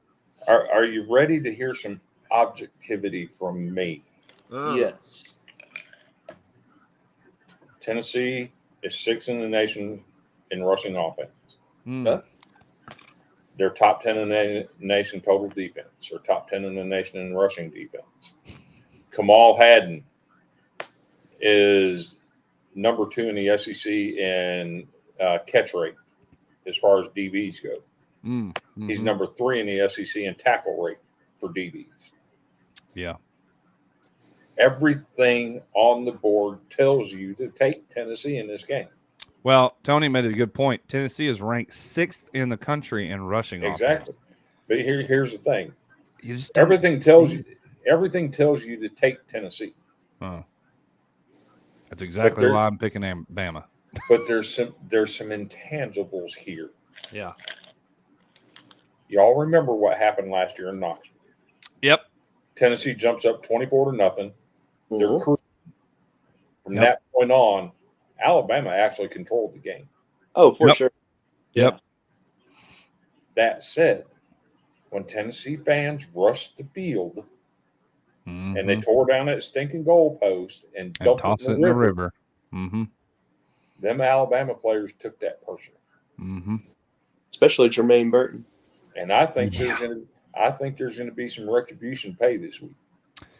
Yeah, I would not surprised. Based on the intangibles and outside factors, I have to go with Alabama in this. I don't think there's any way Tennessee can go down there and win that ball game with the amount of passion that Alabama's going to play this game with. The same thing happened with Florida earlier this year. Tennessee's the better team than Florida. Yeah. But Florida took that mess in Knoxville last year personally. Yep. I see the same thing happening with Alabama. That's a good point. Very good point. I have to say I was very impressed with your vocabulary during that discussion right there. Very, very good word choices. I really Spoken like a true writer. Hey. But yeah, I'm with you on that. I think that it's going to be a weird game. I think Tennessee does cover the spread though in this game. I really do. But yeah, I just don't see this being the game Bama loses. Preseason, I would have 100% picked Tennessee. Right. But after what I've seen on the field, it makes me realize how much Tennessee probably misses Hendon Hooker. Yeah. Mm-hmm. Yeah, and, I would and agree their with wide that. receivers. Yes, and I believe isn't Brew McCoy out? And Brew McCoy is out. So there you go.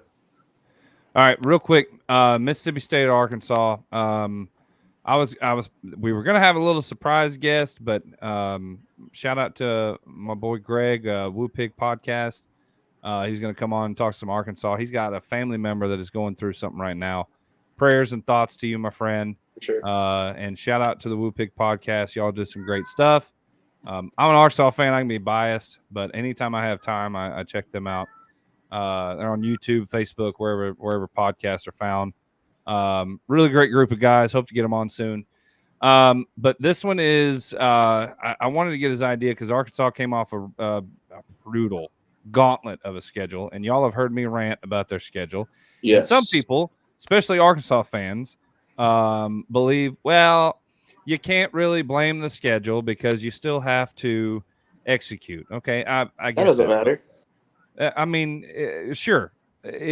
I guess you can make that argument, but I'm sorry. No other team in the country is going against ranked opponents 4 weeks in a row on the road.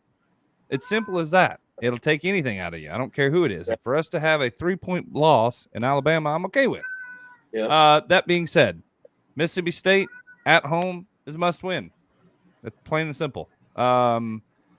Mississippi State has been reeling after the Pirates gone. They look confused. Rest in peace, his soul. Love the Pirate. But they just haven't figured out anything. And for some reason, air raid offense is not air raid offense anymore. And they've been running the ball somewhat, depending on what team they have. But Will Rogers. Thank you, Will Rogers. Why did I want to say Robinson? I'm telling you, man, my brain is frazzled tonight. Will Rogers has not looked like Will Rogers. Not at all. It's weird, man. It is very strange. I don't know how the regression happened. I don't know what's up with that. But I'm saying 35-20 Arkansas, and they start winning. What do y'all think? I agree with you. I think this is Arkansas's week to right the ship, and I think that because I mean Arkansas every game they played on the road, I mean they still played it close. I mean, A&M game I think they could have performed better in overall, but I mean the LSU game back and forth, the Alabama game they pretty much said, "Hey Alabama, stop playing for a minute. It's our turn." And after the rest, finally just got quiet for about 5 minutes, and then I think this is the game for Arkansas to finally just let off that frustration and give me a nice win for them. Yeah. All right, hey, let's give some love to Washington State real quick because when the Pirate was there, they were very entertaining, and I loved watching them play. That being said, I need Washington State to step it up because they've really let me down the last few weeks, and it's time for that bounce back and Cam Ward to really stick it out. And I want that to definitely be. Hey, I didn't pick the games there, Troy, so that's fine. But no, Washington State. They need a bounce back win. I'm hoping they get it. Sure. Tony says Arkansas wins. Appreciate that, Chris. What's your thoughts? I'm looking up some information because I saw something on Twitter earlier this week. Yeah. I have a sneaky suspicion you're gonna get Mike Wright at quarterback. Huh? Mike Wright. Why do you say that? I saw something about Will Rogers being injured. Yeah, he's the backup Mississippi State. He transferred in from Vandy. Huh. Oh, okay. Yeah, so he comes in and he runs like the spread attacks in games. He'll appear like 5, 6, maybe 7 snaps in a game. Boy. I just love how we get thrown a curveball. I love all the love to Troy. Arkansas opened at 9.5 favorite versus Mississippi State in Vegas. Yeah. It got bet down to -6 in most places because rumor was that Mississippi State quarterback Will Rogers was going to play. He's not playing. Grab that -6 line before it's gone. Huh. Interesting. Okay. Mike Wright changes that offense, and if he's playing, Arkansas might be in trouble. I still can't. I just can't. I can't. I can't buy into it yet because I just feel like Wright hadn't been under that pressure yet. Yeah. Mike Wright had 2 games. Had one game where he threw for 4 touchdowns last year, and another game where he ran for 4 touchdowns last year. Yeah. How are you going to defend him? I mean, he's been in the barrel in the SEC before. Why hadn't he started over Will Rogers this year? Since Rogers has just struggled. Seniority, beyond me. They love the development stuff. I mean, I'm going to say, been calling for him to get his chance for weeks. Yes. Now. Yeah, really that's true. That's true. He's a better fit for what they're trying to do. Yeah. Well, I mean, it remains to be seen. I'm hoping for a good ball game. I'm hoping for us to pull out a win. So, take a quick break here, and then we'll get into NFL and our awards, and then we are out. It's been a great show so far, but we'll be right back. You're listening to the Golden Boot Podcast. Stay golden.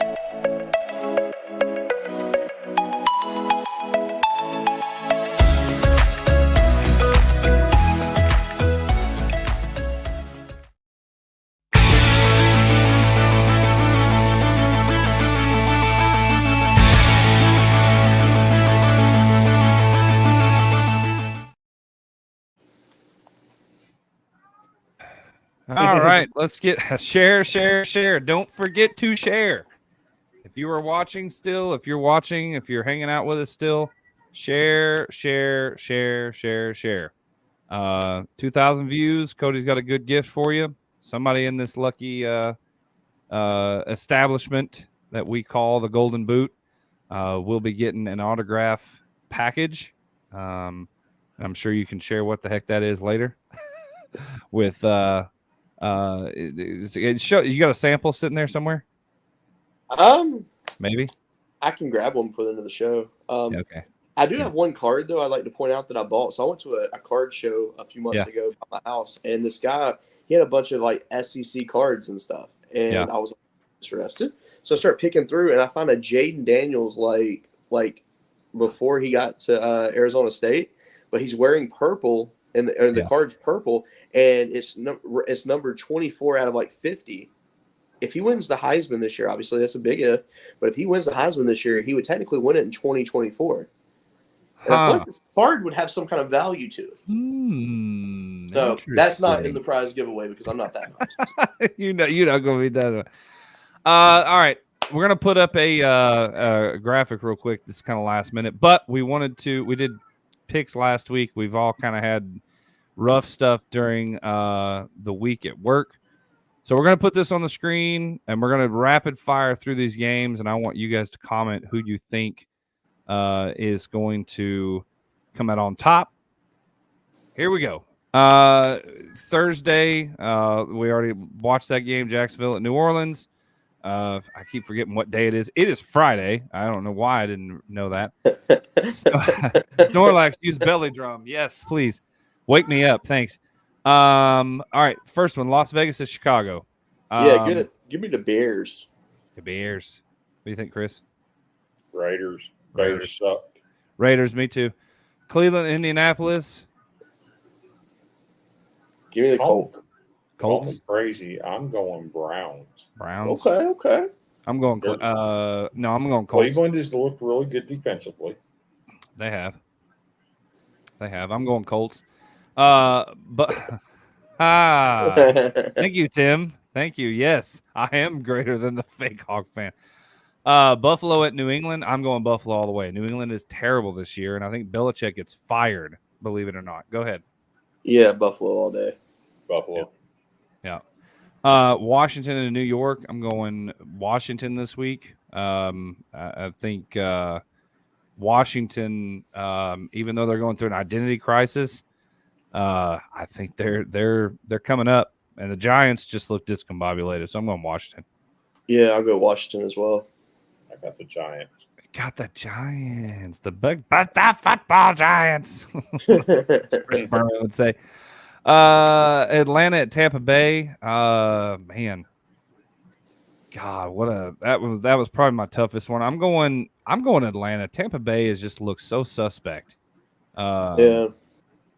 So since Tim Bailey's watching right now, and I'll actually be nice to a quarterback he likes. Give me the fighting Baker Mayfields. Fighting Baker Mayfields. I'm taking Atlanta. Desmond Ritter's been playing really well here lately. He has. He has. Bijan is a beast. Give me Atlanta.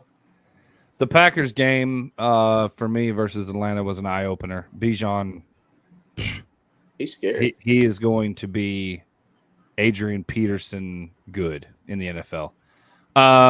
Detroit at Baltimore. I cannot believe I'm saying this. I have to go with the Lions. The Lions are the team to beat. It pains me to say it as an NFC North guy, Packers fan. But the Lions are just their team. Yeah, I'm taking the Lions, but I need Lamar Jackson to have a big week for my fantasy team. So, but yeah, give me the Lions. Give me the Lions. Chris? Lions. Pittsburgh at the Rams. Pittsburgh doesn't travel too well, so I think the Rams. Don't tell your mom. Bijan is the realist. Yes, he is. Pittsburgh does not travel well. I think the Rams pull this one out. Yeah, same.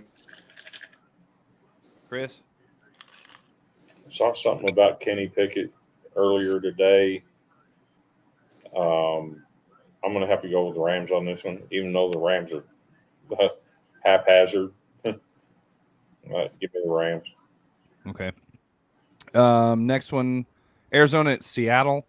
Give me Seattle. Arizona still does not know how to play football. Yeah. Give me Seattle. Chris? Seattle. Okay. Green Bay at Denver. Give me the Packers. They've been close in games. Raiders game was kind of a fluke on my end. I think they play way better against Denver. Oh, for sure. I mean, Russell Wilson looks like garbage out there. So, yeah, let's go with the Cheeseheads. Yeah. Cheeseheads. Denver. You think? I do have a question, though. I don't know if y'all saw that Raiders game or not because I watched it in unbelief. I'm wondering, since Devontae Adams played with Jordan Love so long that he didn't give him insider information. Hey, when he's got a tick, when he kind of comes out and he bumps his shoulder and his shoulder comes up, he's about to throw it high or something like that. Because it seemed like the Raiders knew exactly where that ball was going to be placed at. They did. So I'm wondering if they still in signs. They still in signs. Yeah, right. No, Devontae is just telling them what kind of quarterback they're dealing with. I guarantee that. Chargers at Kansas City. So real quick on the Denver game. Yeah. It's such a mess in Denver that Jerry Jeudy has actually come out and made a statement this week that says, "Oh man, trade me if you want to, keep me if you want to. It doesn't matter to me." Jeez. You can't have that out of your top line guys. No, not at all. No, you can't at all.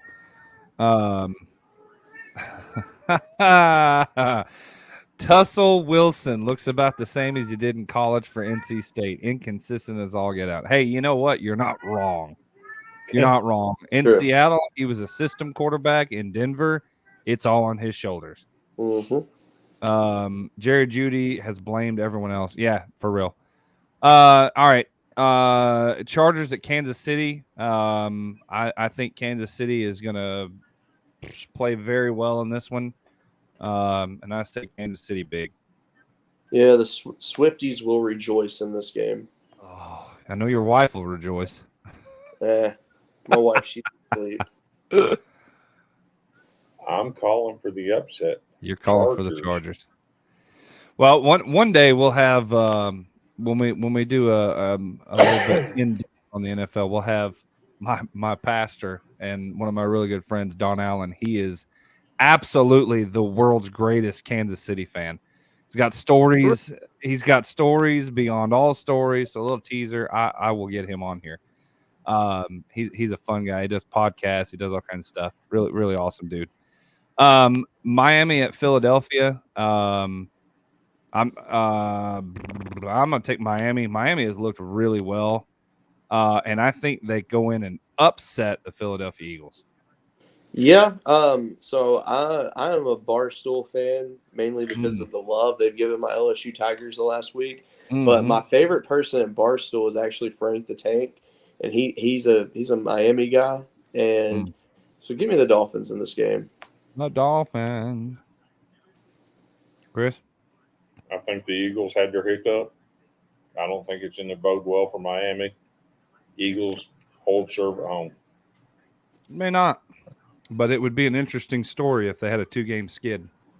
San Francisco at Minnesota. San Francisco all day long. Minnesota looks like either a Super Bowl caliber team in one quarter and a high school team the next quarter. Give me San Francisco.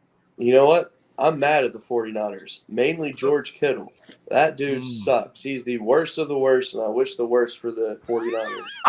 He's my fantasy tight end, and he gave me 1.1 points last week. It screwed me over and cost me a win.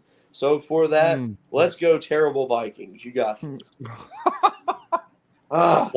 Point to take. I heard something about Christian McCaffrey. Is he injured? Kind of. Give me the Vikings.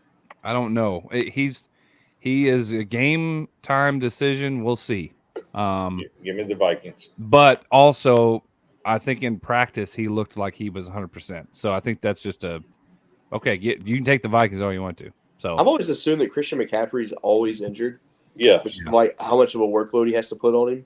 Like he legitimately, it's like I feel like he's what we will see Travis Hunter be in the NFL, a kid that's just had so much of a workload put on him that eventually it's going to slow down. Yeah, I agree. Well, that concludes the NFL. You forgot one game. Did I? Yes. What game? The Titans are hosting bye week. Oh, yeah. Derrick Henry's going to get the dub. Man, Derrick Henry, is he actually going to get some fantasy points in bye week? I'm actually picking bye week to win. Hey, speaking of Derrick Henry, did you guys see the picture of him recently of him wearing orange, and he had like the checkerboard on his like pockets? Yeah. And I was like, this guy, Tennessee week, and you gonna be wearing that? Oh my goodness, I know it. He's sucking up to home state fans. For That's sure, all it is. Yeah, and poor man. No, I'm not gonna say that. Never mind. I don't want to go there. Chris, are you a Titans fan? Are you a Titans fan? I grew up a Saints fan. Okay. I became a Saints fan in 1980 when they went 1-15. Oh, that's a trend with teams. And I was proud to be in that number when the Saints went marching in and won the Super Bowl. Yeah. Yeah. It elicited a physical response from me. I cried because it meant something to me. Right. Yeah. But since the Titans have moved to Nashville, they kind of have to be my team because that's the information I get. Yeah. I've known Chris digit years, and that's the most I think him and I've ever talked NFL just now. Yeah, probably. Hey, I bring it out of y'all. So telling you, is what it is. You heard it here first. All right.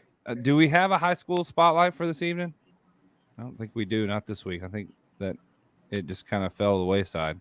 I can shout out to all high school football teams. No, I would like to give a shout out to a local team, the Helena Huskies. Tonight's their senior night.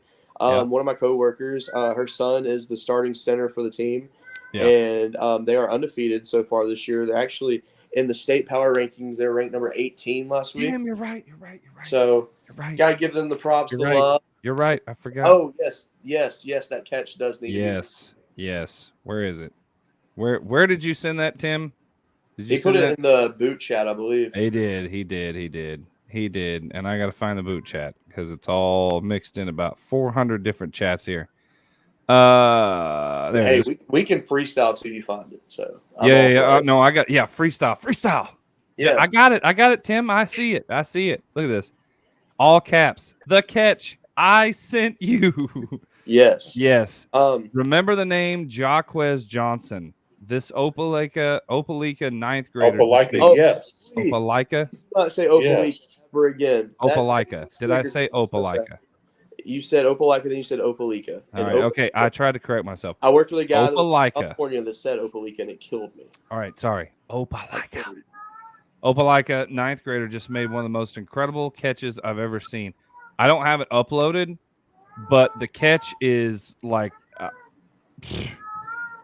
there's no way this man would catch that ball ever like that ever again. It just wow.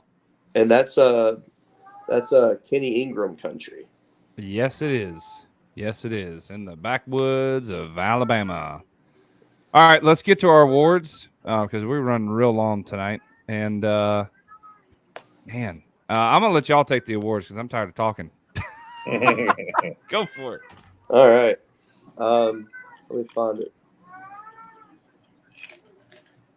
Do you have the image for it, George? So real quick, we had mentioned Brian Rager from Liberty Creek High School here in Tennessee a couple weeks ago.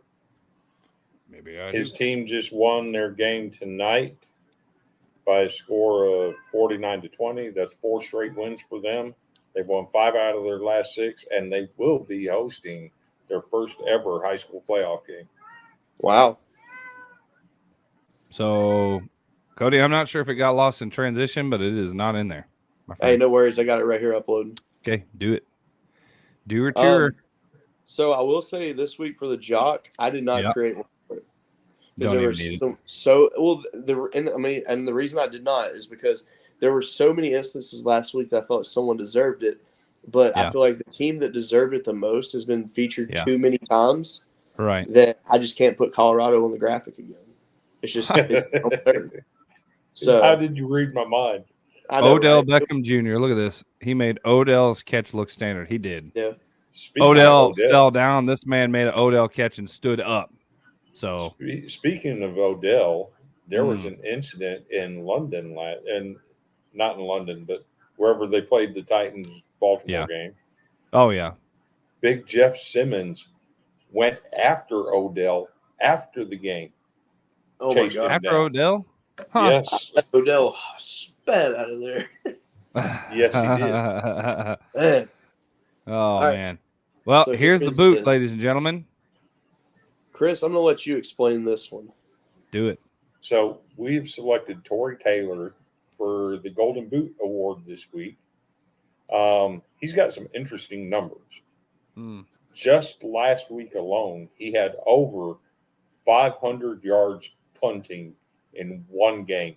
That is 500 yards. That in is the one best game. That's the best, most terrible stat you could ever have. the best, most terrible stat. That's a great way to put it. And then to top it off, he has more yards punting in 2023 than the entire Iowa offense. It does have 2 chins. Now, yeah, if this man was playing rugby, they'd win a bunch of football games. Hey, it's funny you say that. He is an Aussie. He's an Aussie, oi, oi, oi. Yep. So what gets me, though, is some media outlets put out a mid-season All-American team. And Tory Taylor is not your first-team All-American at punter. No. That's How is crazy. that possible? When you putting the numbers up, he's putting up, and you're not first team. But I can get why he's not, because there's another punter out there that leads the nation in punts inside the 20. Oh, whose gross punter yards is that, Chris? and net yards. He might be the only punter in history with 11,000 yards punting. Oh, so it's Vanderbilt's punter, right? Take a shot. Yeah, gotcha. Little drive by there. Yeah, Tory Taylor, man, kudos to that young man. For sure. And while we're at it, I'm on this train. I have to show it. Oh Lord! All right, hang on. Let me get this out of the way. Corey Taylor for Heisman. He is the most valuable player in all of America. I don't care what you say. He's definitely the most valuable player on Iowa's team. Let's be honest there. Man, I saw Brad jumping in here a little bit. I wonder if he thinks the same way. Being an Iowa fan. Love it. That's actually funny that he says it, I know punters because I'm a Vanderbilt fan, because we actually score 25 points a game. It's true. That is true. We actually have an offense that can move the ball. I wonder what the point total is now. Is it like 35 a game that Brian Ferentz is going to have or some crazy stat like that? I want to see them put up 40 just one game, just so it's just like, hey, can you imagine the AI if they put up 40? Oh gosh. That might just be him just throwing the bird to everybody and just running around. Oh, that would be so good. Oh man, great show tonight, fellas. Do you think he'll refer to ladders again? I don't know. I don't have a clue, man. I don't have a clue. Great show tonight, fellas. Final thoughts before we get out of here. Anything y'all want to get off your chest? Yeah, don't stand near an exploding transformer. Don't let a man from Opelika do your electricity work. And enjoy the games this week. Opelika. Chris, final thoughts? Vanderbilt doesn't lose. We don't have any turnovers this week. And when I get off work tomorrow, I'm going to sleep. There you go. Yeah, you have another 10-hour shift tomorrow, huh? Yes, sir. Golly. I'll have 60 that is this just week. Crazy. Well, I think everything that needs to be said has been said, so I guess this has been the Golden Boot Podcast. Y'all have a great rest of your night. We'll see you later. Go Tigers. Go Tigers. Oh, man, that's good.